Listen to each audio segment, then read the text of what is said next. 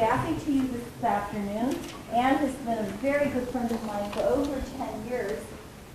At this point in time, I was very fortunate when I was in Israel last May that I got to have dinner with her brother and his family who live outside of Nazareth, right? Which was just absolutely wonderful. It's just very, very special. Anne is beyond special. I don't have words to describe how wonderful she is. Anne was 10 years old when she got pulled into all the horrors of World War II, and July 4th of 1944 is when she was liberated. She's going to tell you her story. It is absolutely wonderful. She's a Holocaust survivor who was not in a camp, which makes her very, very special indeed. So I give you just all of my heartfelt emotions, Anne Jaffe. Thank you. Good afternoon to all of you, and thank you for inviting me to Villanova again. That's my 10th year, is that it? How many times I've been here? All right. I know already the road by heart from Wilmington to Villanova. Those of you who will have to, how many of you, raise your hand, have to leave at 4:30, because I will know then how to, everybody's staying. Oh, okay. One person, they'll sneak out quietly so we'll have no interruptions, okay? All right, young people, thank you all for coming. I want you to know that I'm so glad that you came, because your generation is probably the last one who is still privileged to hear from an eyewitness of what happened during World War II in Europe. I'm one of those witnesses, as Professor Schofield said. I was 10 years old when the Nazis came in, and I was liberated when I was 13. I am 80 years old now. So I want you to know, when your children will be sitting in these seats, there won't be any more eyewitnesses. So it will be up to you, young people, someday to share it with your children, hopefully with your families now, so that this way we will not, the victims will not be forgotten, and we will have learned the lesson of this tragic period, what we call the Holocaust. Every Holocaust survivor has their own story to tell. I was a lucky one. I was lucky for several reasons. Because I survived with my parents. There are so few who have survived with their parents, and that made all the difference in the world after the war, what type of an individual I grew up to be, because I had someone to turn to. I was not in a concentration camp. The area where I come from, nobody was sent to concentration camps. This was, they called it the killing fields, the area where the Soviet Union has occupied in 1939. You probably learned it in history if you're college students. I don't have to give a historic background. You know that Nazi Germany and the Soviet Union have divided Poland, where I was born, in two parts. Nazi Germany took Western Poland, the Soviet Union took Eastern Poland. And the worst killings, actually, I've just learned recently by having read a history of that period, that these were the major killings going on, because Nazi Germany wanted the area, the Soviets wanted the area, and between the two of them, most of the killings were done there, more so than even in the concentration camps. I come from a very small village. The total population of my village were about 1,200. Out of the 1,200 people, there were about 350 Jews. Out of the 350 Jews, only 32 have survived. Now, 32 is almost 10%, which sounds quite a bit for other places in our area. I know a neighboring village where they had about 1,000 Jews and only 5 have survived from that village. So we were actually very, very lucky. And when I will share with you my survival history, so to say, you'll see why we were so lucky that the few of us have survived. What was it like? For me, World War II started actually only in 1941 when Nazi Germany attacked the Soviet Union, because the 2 years that we were under Soviet occupation, we didn't feel actually any different between one regime and the other. People who are not wealthy, people who live in small places, they left alone and nobody bothered us. But things changed drastically immediately as soon as the Nazi Germany attacked the Soviet Union. Did we know what's happening in Western Poland? Yes, we did. Some people tried to escape from there, came into our area, and told us how harshly the Nazis are treating the Jews. Did we have a chance to escape? We didn't have a chance to escape. Why? When you live in a big city, when you live somewhere where you have transportation, then it would have been possible to run into the Soviet Union. But when you come from a small place, the only thing we had were horses and buggies. How far can you get on a horse and buggy, especially families with little children, before the mechanized Nazi army would take you over? Because within 10 days after they attacked the Soviet Union, they were already in our village. And immediately the atrocities started. Our village was much too small. The army marched through in a few days, and then they established civilian government. Our village was too small for the Germans to set up a garrison, so what they have done is asked for a volunteer local militia. And this was probably one of the most painful things for us. Having been born and raised in such a small place where we knew every single individual, how many of our neighbors, whom we knew so well, with whom we toiled the fields together, with whom we celebrated public holidays together and life events, how many of those young people have volunteered to become militiamen?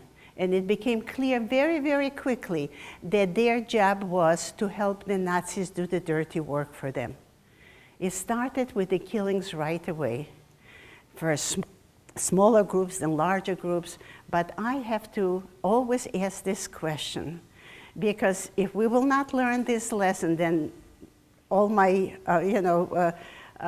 work of teaching the young people would not amount to much. What is it? Why did one people hate another people to such an extent that when a change of government came about, they have chosen to collaborate with the Nazis instead of be neutral or whatever, to do whatever? How does hatred like this come from?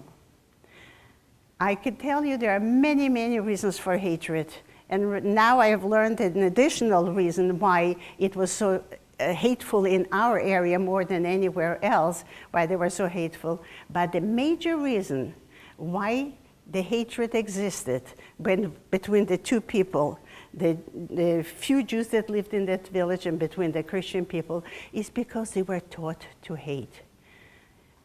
I know for a fact, and I can give you quite a few examples, that hatred was taught in the churches, in the schools, and in the homes. And when you teach hatred, that was the major reason. Of course, there are other reasons. There's sometimes, lack of knowledge about another religion, or maybe some jealousies, or whatever. I found out now that the reason why that hatred existed more than anything else is because of the 2 years that we were under the Russian occupation, and they hated the Russians, and so they have labeled every Jewish person as being a communist. Now I can tell you this, there were no communists in my village, because the Jews were very religious and very observant of their own religion, and the Russians were very much against it. And so none of them have ever collaborated or worked with the Russians, but they have labeled all Jews communists. And this is why the killing started. That's what they said, at least. However, we have noticed that most of the people that were killed first were those who were better educated, those who had jobs in the occupied period of Russia, In general, people, wealthier people, there were not really many wealthy people, but anybody who was a little bit better off than the others, they were the ones who were killed first.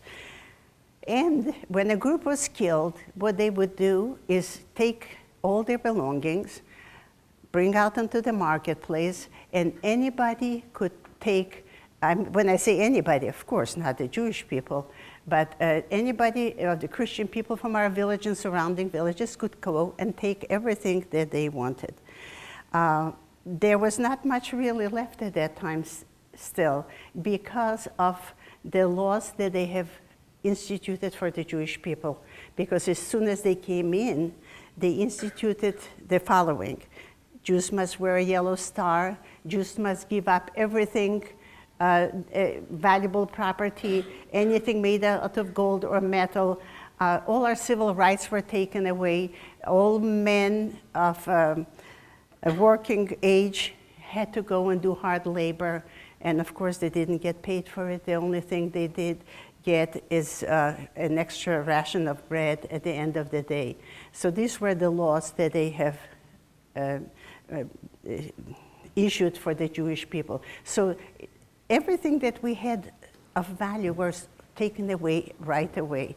For the Christian people, they had different laws. They told them they were coming to liberate you from communism. Nothing bad will happen to you as long as you follow our rules. One rule you must know, you cannot help Jews. You cannot give them any comfort, because if you will, you too will be punished the same way as the Jews. So you see, we were caught in a very difficult situation. There was no ghetto in my little village, but there was no need for a ghetto because they knew exactly how many Jews were in town in that little place. And from time to time, they would have a roll call. And when somebody was missing, they would immediately put the burden on the Jewish leadership, tell them, you must bring that person. And if not, then they would go and grab 10 hostages and they would kill 10 people for one individual that they would be missing. And you know, there was very few, it happens once in our village, I remember.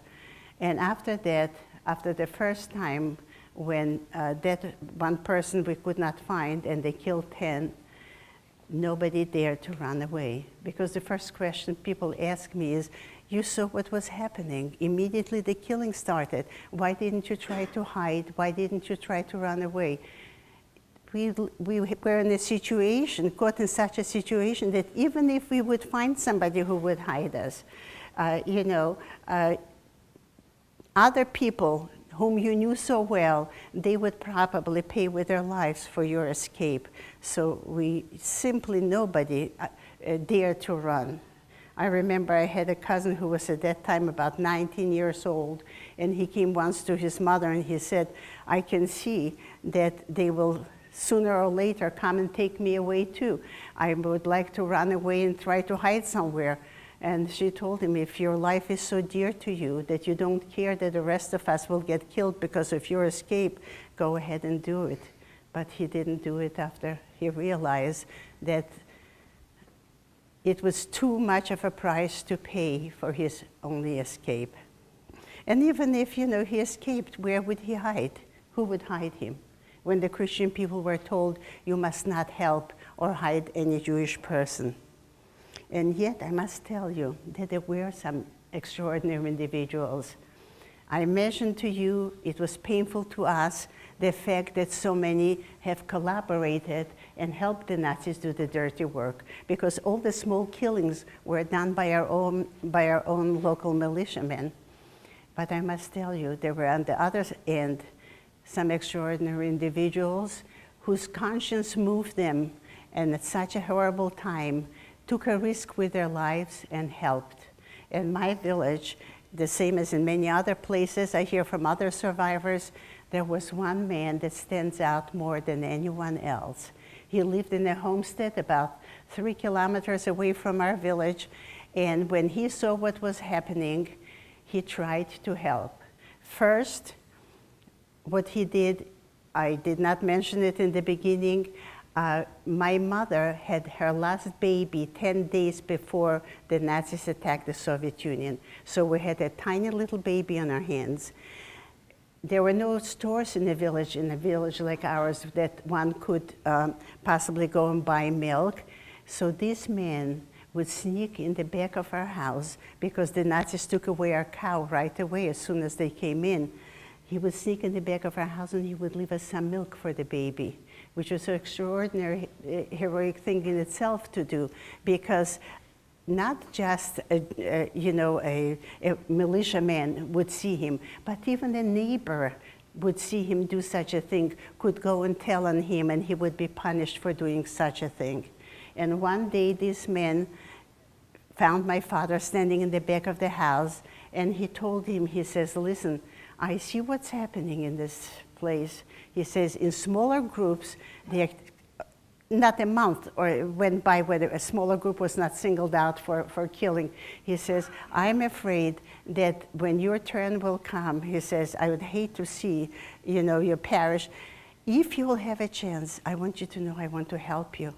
I will leave my barn door open, and if you will come to my barn, I will somehow have a chance to hide you.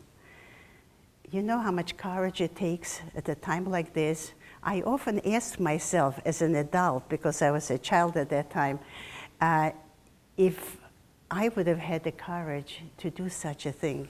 Because if he would have been caught, he and his family would have been killed, his house would have been, burned down, and yet that man took a chance.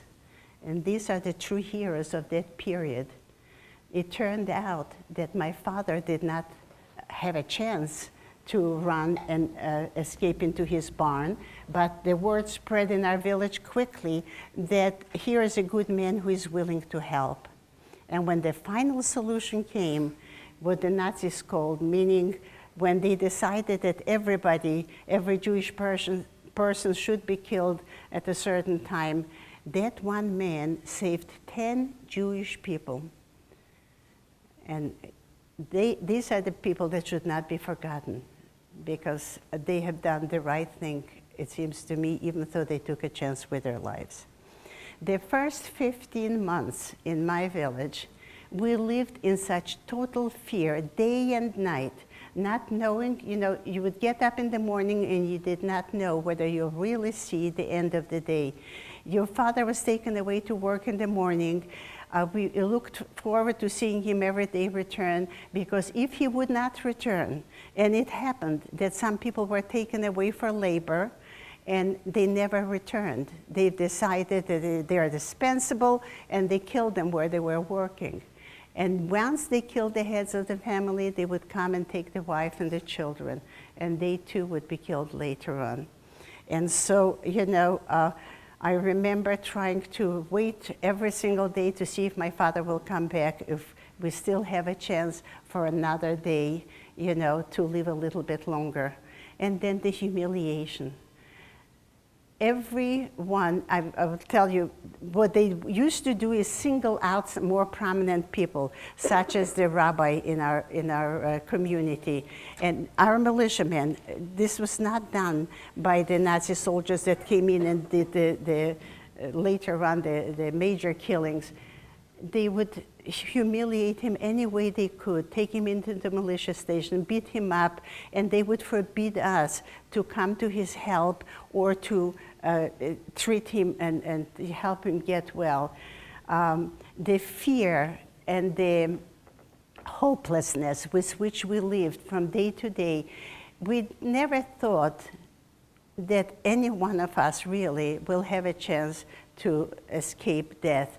The only thoughts that I remember as a child that I had was primarily, how am I going to die? Hoping that, in our area they would just simply take the people and shoot them, hoping that when they will shoot me that I would be dead. Because if you were not dead, if they shot you and you were still alive, then they would bury you. They wouldn't waste another bullet on you. And it happened to boy, a little boy who was my friend, and I remember the people who went to bury them said that they had no choice. They buried him alive, and this was something that I, in my mind, was the most fearful thing. I was hoping that at least if I'm dead, I don't care what happens later on, but I should be dead once they have shot me. And so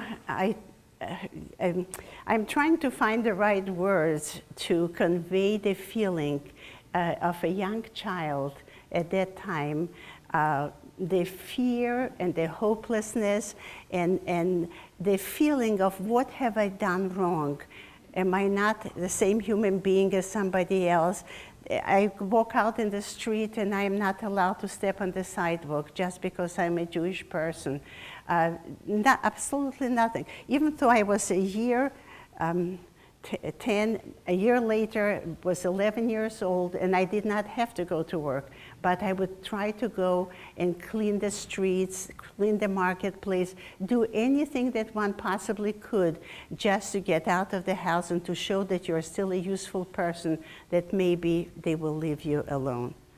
And then came the final solution. That was 15 months after we were already under the Nazi occupation. For some reason, they've decided that not only our village, but several villages around us should become Judenrein. At that time, I didn't understand it. It's all we learn. I read a lot about the history of that period. This was already the time when young people have organized in fighting groups in the forest. We call them partisans, but if you don't know the term partisans, you might think of the term freedom fighters. And they have organized and tried to disrupt the German war effort. And so they have thought, who would be the most reasonable ally for those people that are trying to hide in the forest and fight them? Because they treat the Jews so badly, probably the Jews. And so the first victims were the Jews. They've decided that all of them in that area where the partisans were gathering, that they should be killed. And they came. They always had executions on a Jewish holiday. It was kind of like to add insult to injury, to mock us. So they would pick a Jewish holiday, and that's when the executions would take place. And on the holiest of all the Jewish holidays, it's a Day of Atonement. They have decided that not only our village, but several others should become what they called Judenrein. They told us, they had a pretext and told us that they are going to resettle us in a larger place. But when they didn't allow us to take anything, we realized right away that this is not a resettlement. This is probably the final day of our lives. And after they gathered us up in the marketplace, they put us in the only building, a public building that we had in our village, and they locked up the doors and the windows, and we were waiting to see what's going to happen. They came in, they took 10 men and handed them shovels, and we knew right away that those 10 men went to dig our grave. And the thing that as I think back, I thought these were acts of bravery, actually. There were about 120 people in that one house locked up there. Actually, more than 120, must have been 150 because a few were let out. And I did not hear any screaming. I did not hear any crying, not from the little children or the parents, because we knew nothing will help. We were just sitting and waiting for the final moment. And when the men came and told us where they dug our grave, the only thought that came to my mind, I was 11 and a half years old. I was very skinny. I was a very good runner. And the thought that came to me was only, when they will take me to walk up to that ditch where they dug, the only thing I can do is start running. And there was one area where there were some trees, and because I knew the village well, I thought, when I will get to this point, I'll start running, and maybe, I know they'll shoot me in the back, but at least I'm not going to walk up to that open pit where everybody else has been shot already. These are thoughts of a child fantasies. To be honest with you, I don't know if I would have had the courage to do that if the moment would have arrived. But something happened in between. Just hours before the execution, it was already the end of the day, it was getting dark, one of the Nazi officers came in with a list in his hand and with some people, some families written on it. The Germans called it nützliche Juden, useful Jews. They still needed them to work for them. And so they called out a few families, and the same as before, when they killed somebody, they would kill the rest of the family. If they needed the head of the family, they would let the rest of the family live a little bit longer. And they called out a few families, and they went out, and we did not really move from the little corner where we were sitting, because we knew my father didn't have any special skills that they would call him out. And at the very end, my mother's name was called. And we were in shock. My mother grabbed the baby on her hands. He was already a year and a half old at that time. And she ran up to the door with my father and the rest of the kids. And the Nazi officer took a look at her and he says, "Are you the seamstress here in the village?" And she said, "Yes." He says, "I want dresses made for my wife. I think I'm going to let you leave a couple of weeks longer." Now, a couple of weeks doesn't look like a long time, but when you know that everybody else that's left behind there has only a few hours to live, it seems like an eternity. I remember when we were left that building, I ran to the house as fast as I possibly could. I think that my feet barely touched the ground. That's how, because you wanted to for some reason, you wanted to separate yourself from those that are doomed, or maybe they will change their mind. And when we came into our house, it was already totally empty, because they assumed that all of us are dead, and they emptied out everything and took them into a warehouse and put it away there. I don't need to tell you, none of us slept a wink that night, because at dawn they took out everyone one by one and they shot everyone that was left behind.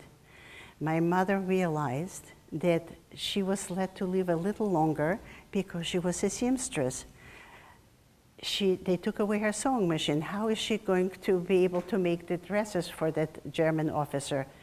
And so she went to him, they were still in town, of course, at that time, and asked for permission to reclaim her sewing machine. And he understood it, and he immediately gave her permission to go ahead and do it and claim it. And so my mother went to that warehouse where all the belongings, all the Jewish belongings were. And as she approaches that warehouse, she hears two people arguing between themselves. One, a voice she recognized, the woman that lived down the street, and one of our militiamen. The woman says, "Eva was my best friend. I know she would have probably wanted me to have her sewing machine. I'm going to take it." And the militiaman said, "I couldn't care less. My mother wants a sewing machine. I'm going to take it." And they arguing, and my mother walks in with the permission to claim it. And both of them were in shock, because both of them wanted the sewing machine. The sewing machine was a big deal in those days. And when my mother presented the slip, they had no choice, the militiamen, but to give it to her.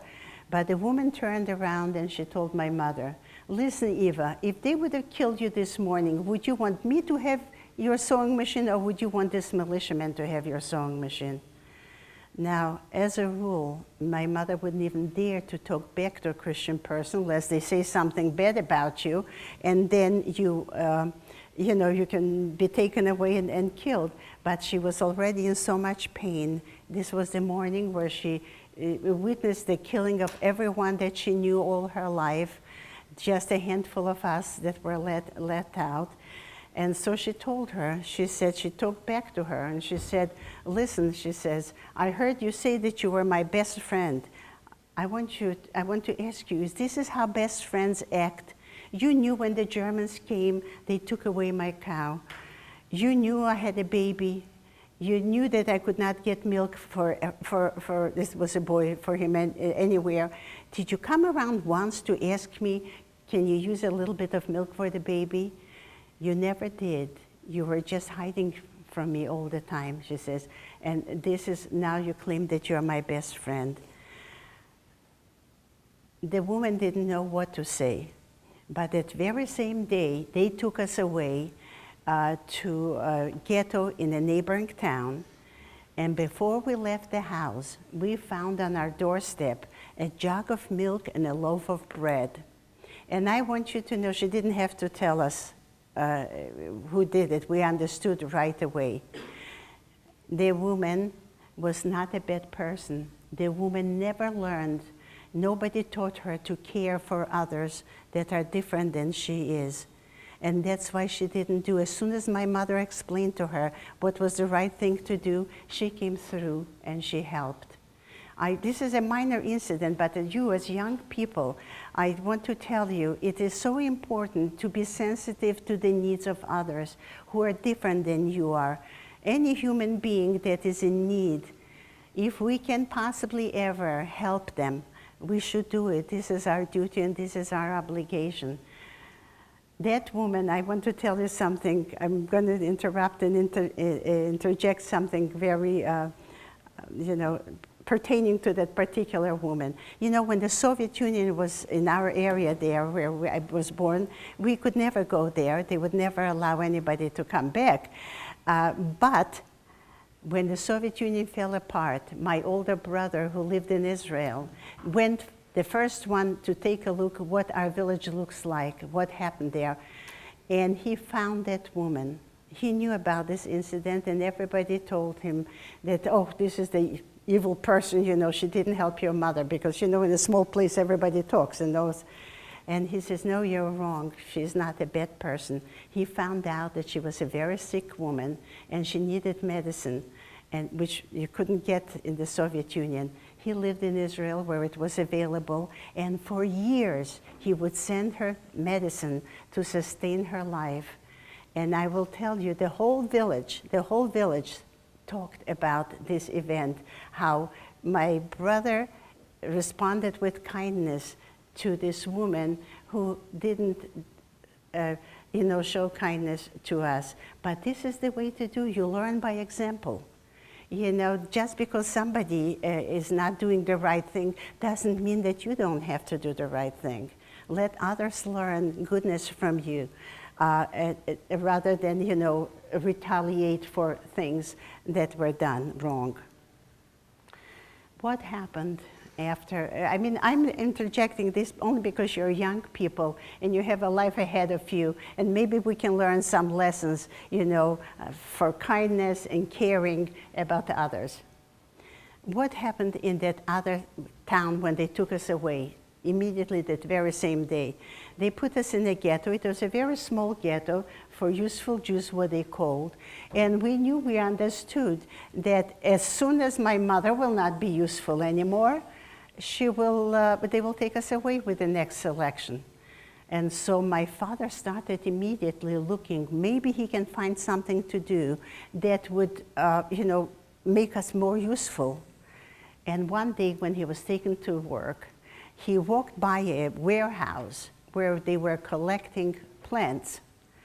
And he looked into that warehouse and he saw that all those plants are rotting. He approached the manager of that plant and he told him, he says, look what's happening. The Germans will think that this is sabotage and they will hold you responsible. He says, I don't know what to do. They told me to collect it and I have no idea how to treat it. So my father told him, he says, listen, this was my hobby before the war. I know exactly how to treat those plants. Why don't you go to the Nazi officer and tell him that you need my services and maybe I can help you here. And so he did. And my father started working in that warehouse. And we felt a little bit better, thinking, oh, now my father is a useful person. Maybe when they come to take away some people, we will not be taken away. But this is not what happened. About a week or so later, we see two trucks are rolling in to the ghetto. with a list of people to be taken away. They're not useful anymore. They have, even though it was a small ghetto, but they still wanted to reduce the population. And our name was on that list, and we had no choice. Once your name is on the list, and you're surrounded all the time, you know, with guns, there's no way you can run away and no way you can escape. And so I remember my father helped all of us get up on the truck, and he was the last one to jump up because he needed to help us first. And as luck would have it, in the distance, he has noticed the man for whom he was working. And he called out to him, he says, "They're taking us away. Don't you need my services anymore?" He says, "I sure do." He says, "Go and see whether you can intervene with that Nazi officer, and maybe they will make an exception." That man had enough authority to stop the trucks for a few minutes and went, got a permit for us to disembark, and showed it to the driver, and he allowed us to stay in that ghetto. You see, every survivor that will tell you their experience, it is always, you had to be terribly proactive, have the right skills, and be extraordinarily lucky. Because if it wasn't for that one lucky moment where my father saw the man in the distance and he called out to him and we were able to disembark, I can tell you I would not have been here, because not a single person of those 2 truckloads did not survive the war. Unfortunately, they met a very tragic death later on, not much longer. So here we are with a baby in that ghetto. I was going to say feeling a little bit more secure. There was no such thing as really being secure at that time, but feeling that maybe we are a little bit more useful, maybe we can stay here for a while longer. And we hear rumors that the partisans, those freedom fighters in the forest, are committing more and more acts of what should I call it? They are interrupting the delivery of food for the Germans. They are trying to make a name for themselves that they are a fighting force. And one day, without us knowing what's happening, even though we heard that some partisans are in the area, a group of those partisans decided to stage a raid on the town, on the small German garrison where we were in that ghetto, and to destroy it. We had no idea what was happening. We heard a lot of shooting. The only thing we did is we lie down on the floor so that stray bullets will not hit us. And when the shooting subsided, my father looked out of the window and noticed one of the partisans. And he says, "What are you doing?" He says here. "All the Jews from the ghetto have already escaped." That young man apparently noticed when they were already retreating that the ghetto door is still locked, the gate. So he ran in and he told the people, he says, "This is your chance." He says, "If you will run through the swamps into the forest, somebody will tell you where to go. Get out of here, or tomorrow, as soon as we are gone, they will kill you all." And so, without even having a chance to put on any warm clothes on ourselves or grab anything, we jumped through the window and ran through the swamps into the forest. My mother, with the baby on her hands, who is only 1.5 years old at that time, I remember one thing that stood out in my mind is that he didn't even have a pair of shoes on his feet. I had a very light spring coat. It was November 1st, 1942. And the reason why I remember the date, I would not have remembered the date, to be honest with you. I was a young kid. The man who staged the raid on that town later on wrote a biography of his life, and he wrote that on this and this date, on November 1st, we attacked the town of Meadil. And this is where I was, so I know that it must have been November 1st when we were finally, had a chance to escape from the ghetto and get into the forest. And I cannot tell you what kind of a moment it was of extraordinary euphoria. having lived already for 16, 17 months under the Nazi occupation. Every single day your life is in danger, and all of a sudden you find yourself with no one with a gun standing behind your back.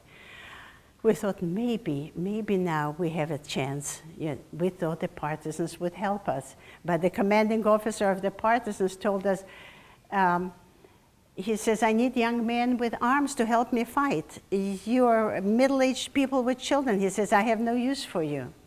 I'll do one thing for you.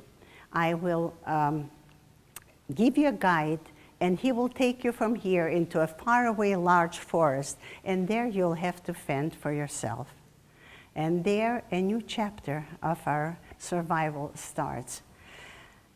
Can you imagine having lived through being in our town and into the ghetto, and now we find ourselves in the forest?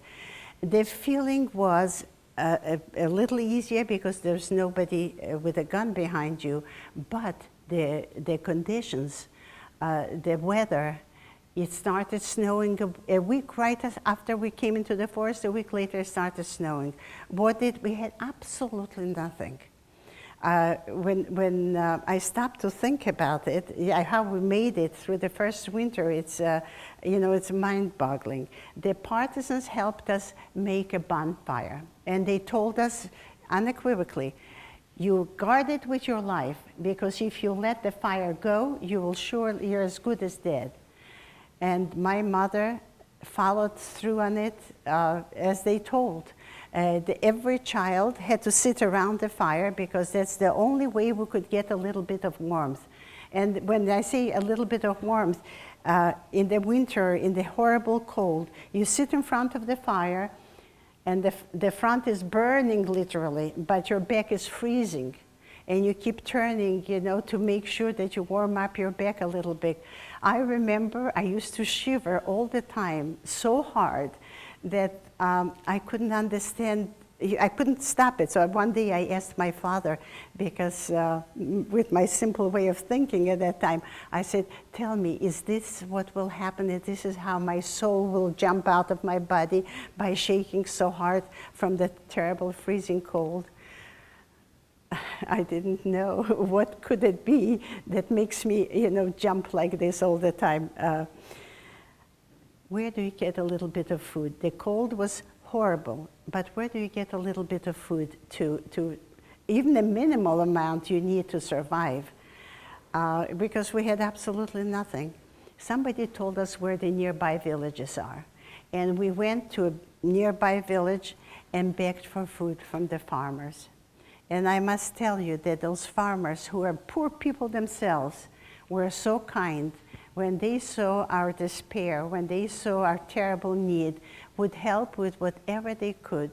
A few potatoes or a few beets, maybe sometimes if we were lucky, a little piece of cabbage, and we would bring it back to the forest, and my mother would cook it.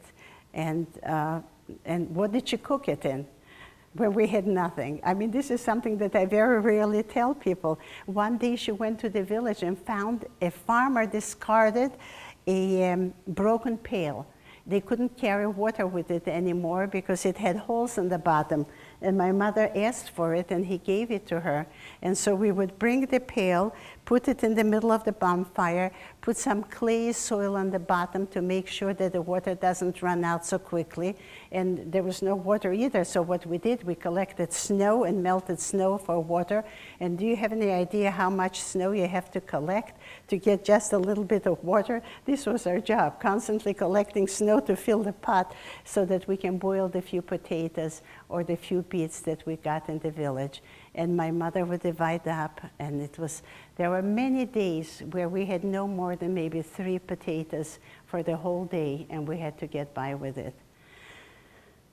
If it wasn't enough, the hunger and the cold, infestation of lice, because we had nothing to change into. We had no water to wash ourselves with. So before you knew it, we were so infested with lice that we would literally, my mother would take off our clothes every night, shake it over the fire, and we would hear the crackling and put it back on again.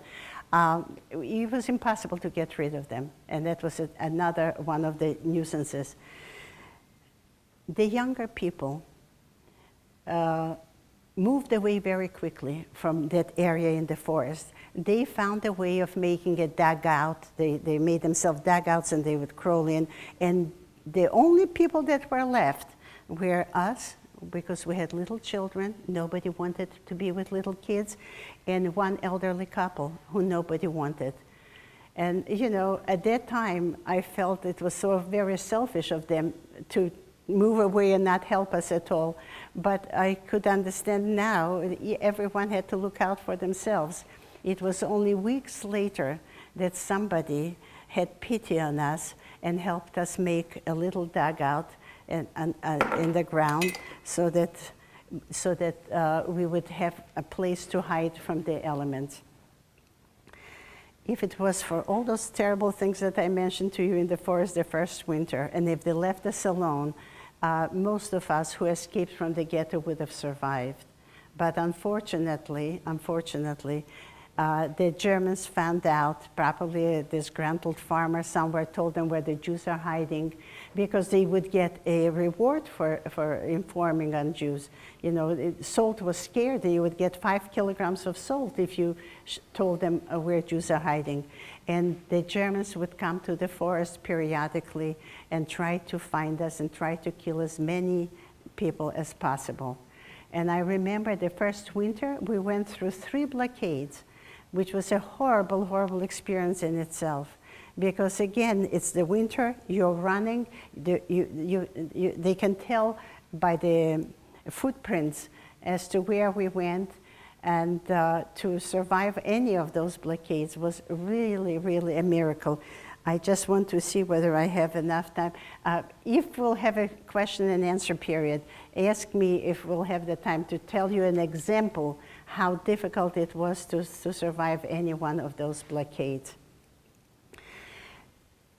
By the end of the first winter, we realized that our luck will run out of luck. You know, we succeeded in one to avoid being caught, in the second and the third. So we decided that we must leave this forest. And we heard that on a hill surrounded with a big swamp, there are some Jews hiding near, not too far from our village. And so we decided to venture out, this was already springtime, from that forest into that other place. And we walked, I remember, a whole day and a night. The distance was not that big, but we all came down with typhoid fever right after the first winter. And so we were so weak and so emaciated from that hunger that we would probably walk a few steps and we would have to sit down and rest. We could not possibly, you know, move on. We found that place and the people that were hiding there, and there a much easier period started for us. Somebody helped us make a dugout, which was wonderful. We could, you know, crawl in and not be, you know, rained upon or snowed upon, whatever. And my father, when he went to the village to beg, the very first time that he went in that new place, people recognized him. And when a man recognized him, even though he was beyond recognition, you know, with old, overgrown, with a beard and so skinny, but the man recognized his voice when my father walked into his house and asked him whether he has something to share. He says, "Are you Svirsky from Kabilnik?" And my father said, "Yes." He said, "What are you doing begging?" He says, "You were such a fine man, helping all of us all your life, and now you became a beggar?" So he says, "I have no choice. My wife and the children are hiding in the forest, and they are very hungry, all of them. I need some food."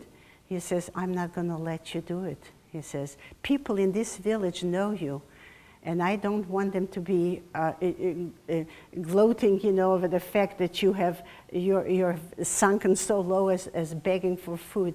He says, "You stay in my house." And he sent his 2 sons through the village to collect as much food as possible.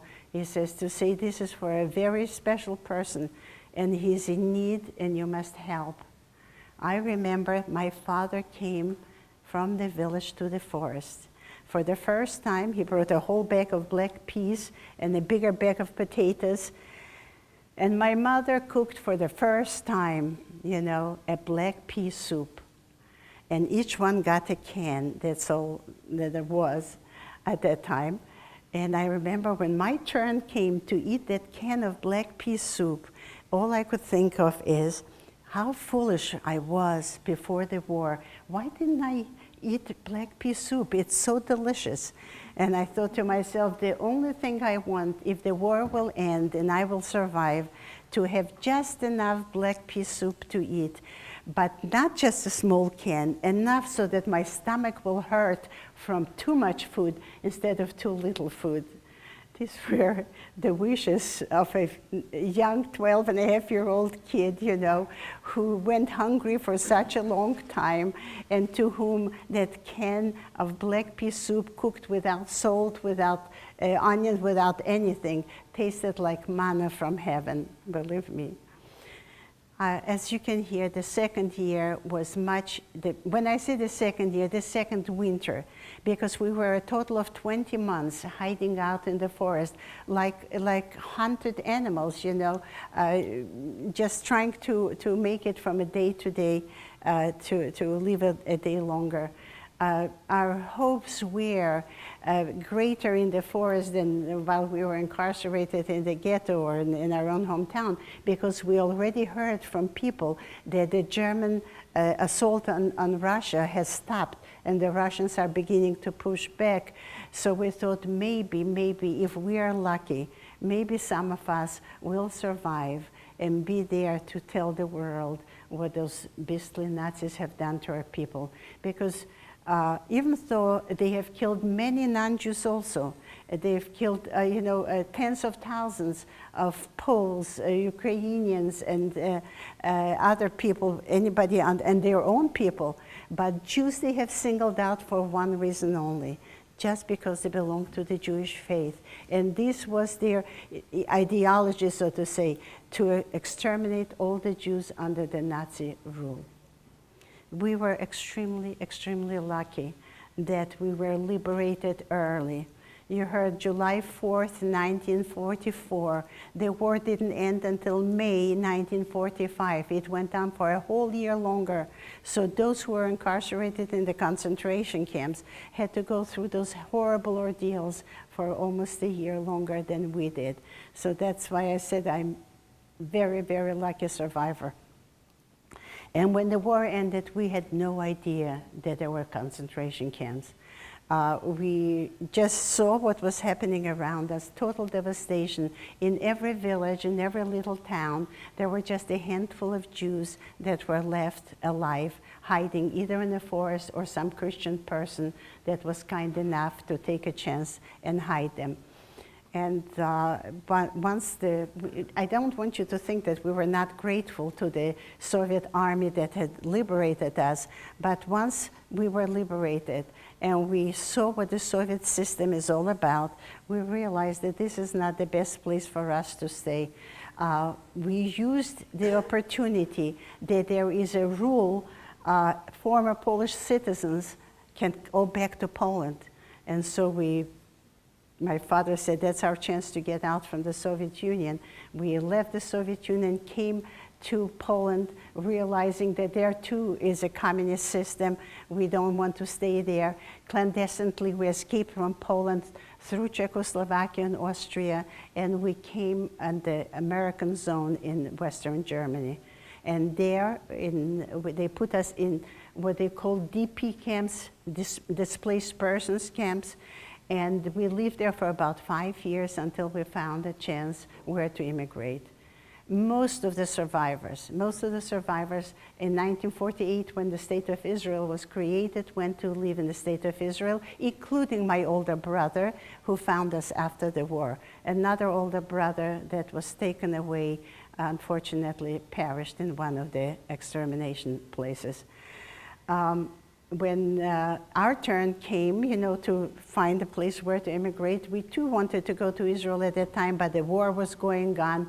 And we made contact with my two uncles. My mother and father both had brothers in the United States, and we made contact with them, and they suggested that we come and take a look what the United States is all about. They said, it's a free country. If you will not like it, they will always let you go wherever you want to go. And so we took them up on their offer, and even though we couldn't come directly through Canada, we came to the United States. And I want you to know that no one is more grateful to this country than those of us who survived the Holocaust and found a home.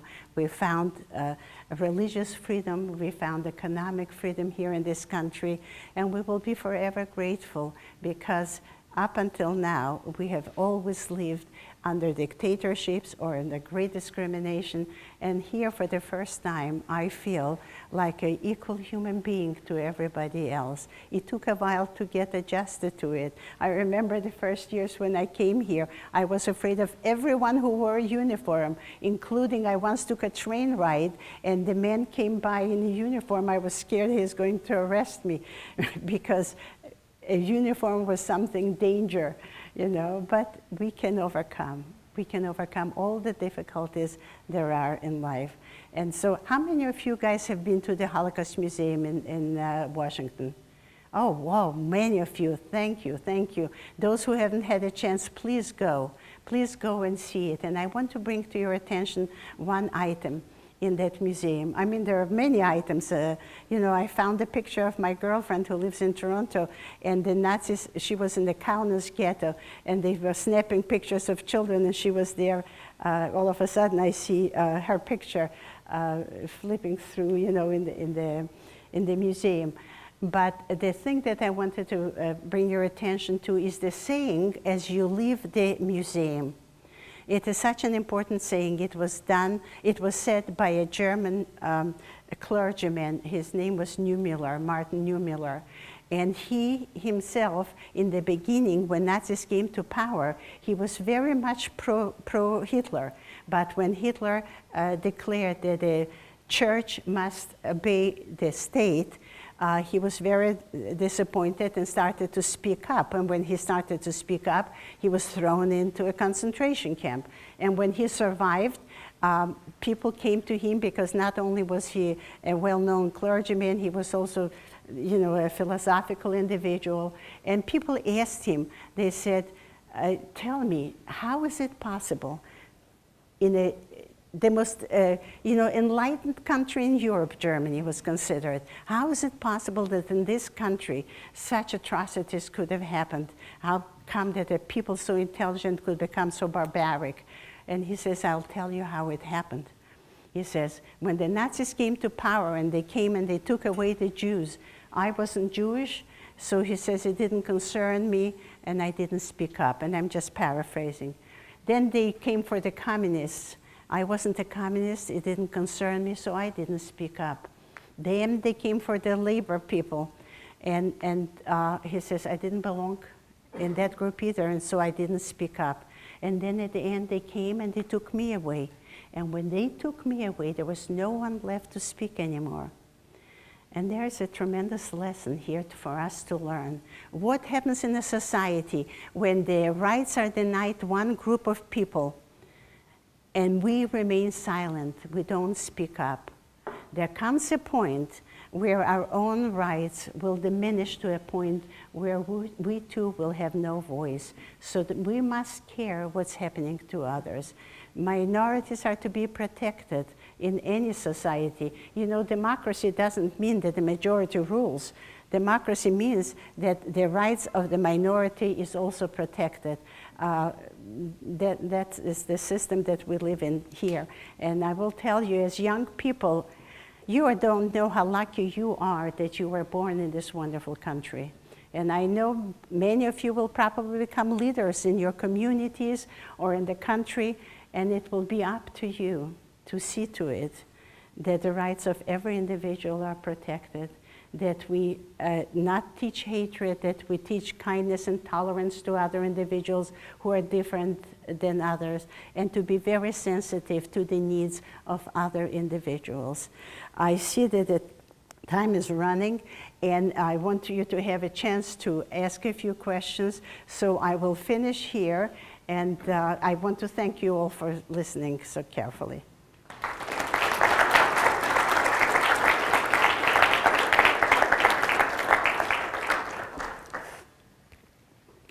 Before you ask even a question, I have a prop to remember because I forgot to mention it to you earlier. Okay, I mentioned to you the teaching of hatred, and that was really a terrible thing through the ages, that the church has accused the Jews of being Christ killers, and it, it was the source of the hatred that started. Maybe later on there were other reasons, but that was the main source. And after the war, with Vatican II, they have realized, Pope John the 23rd, he was an extraordinary, kind individual, and he said, it was such a terrible injustice to teach this doctrine. We must change it. We must absolve the Jews of all generations from their side.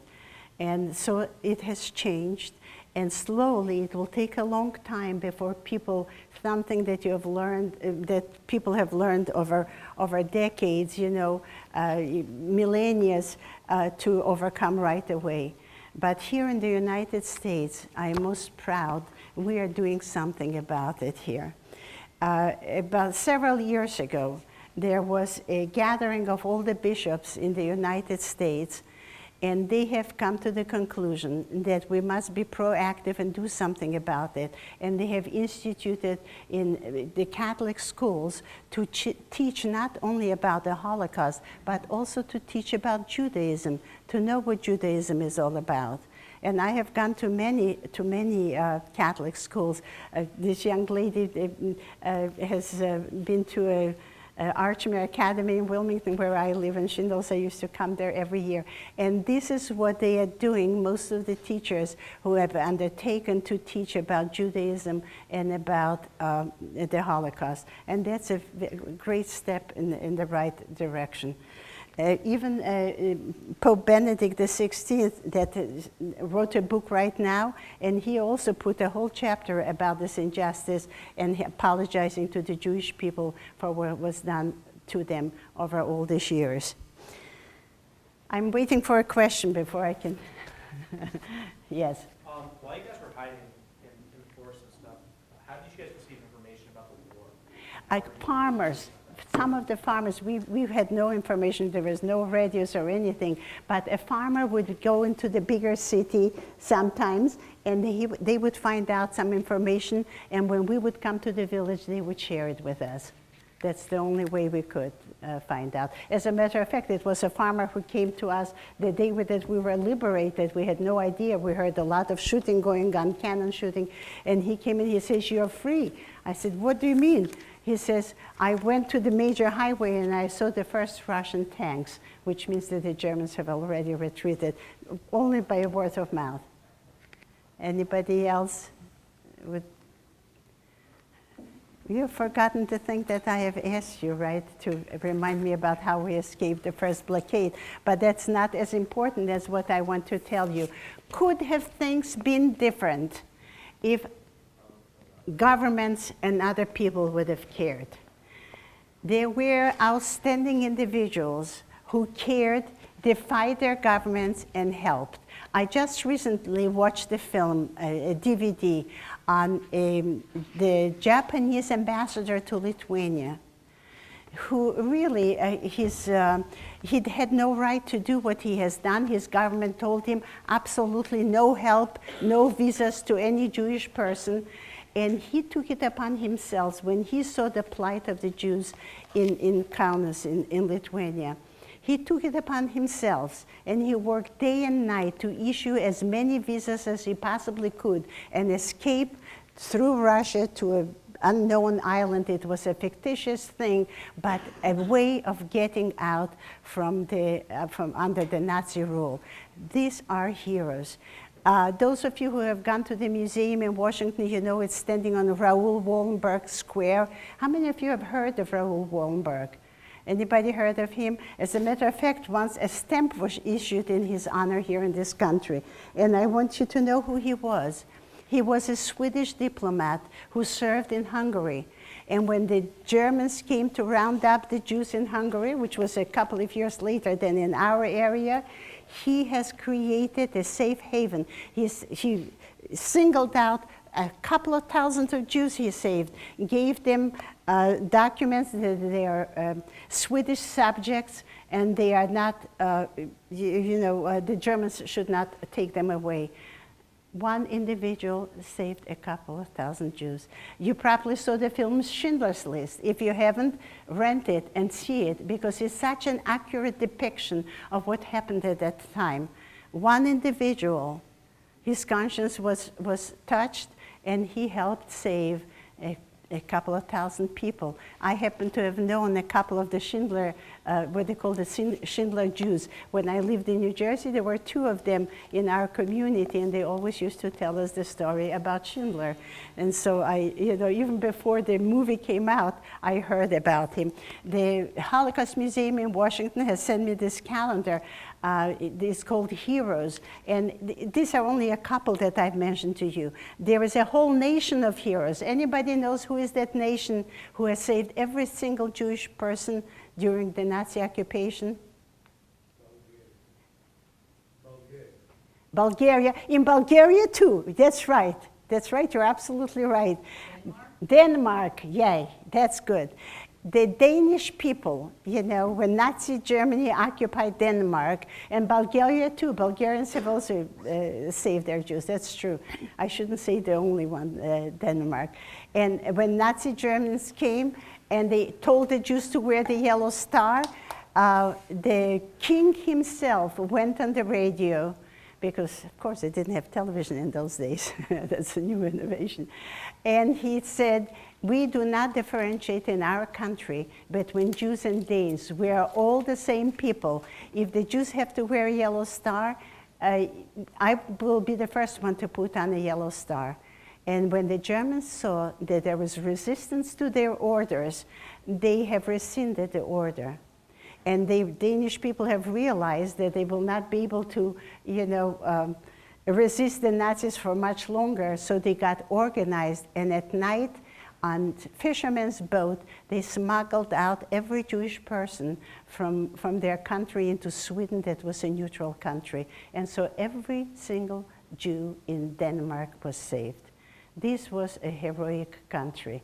We should praise them, and we should really emulate this type of people who stood up for the rights of others.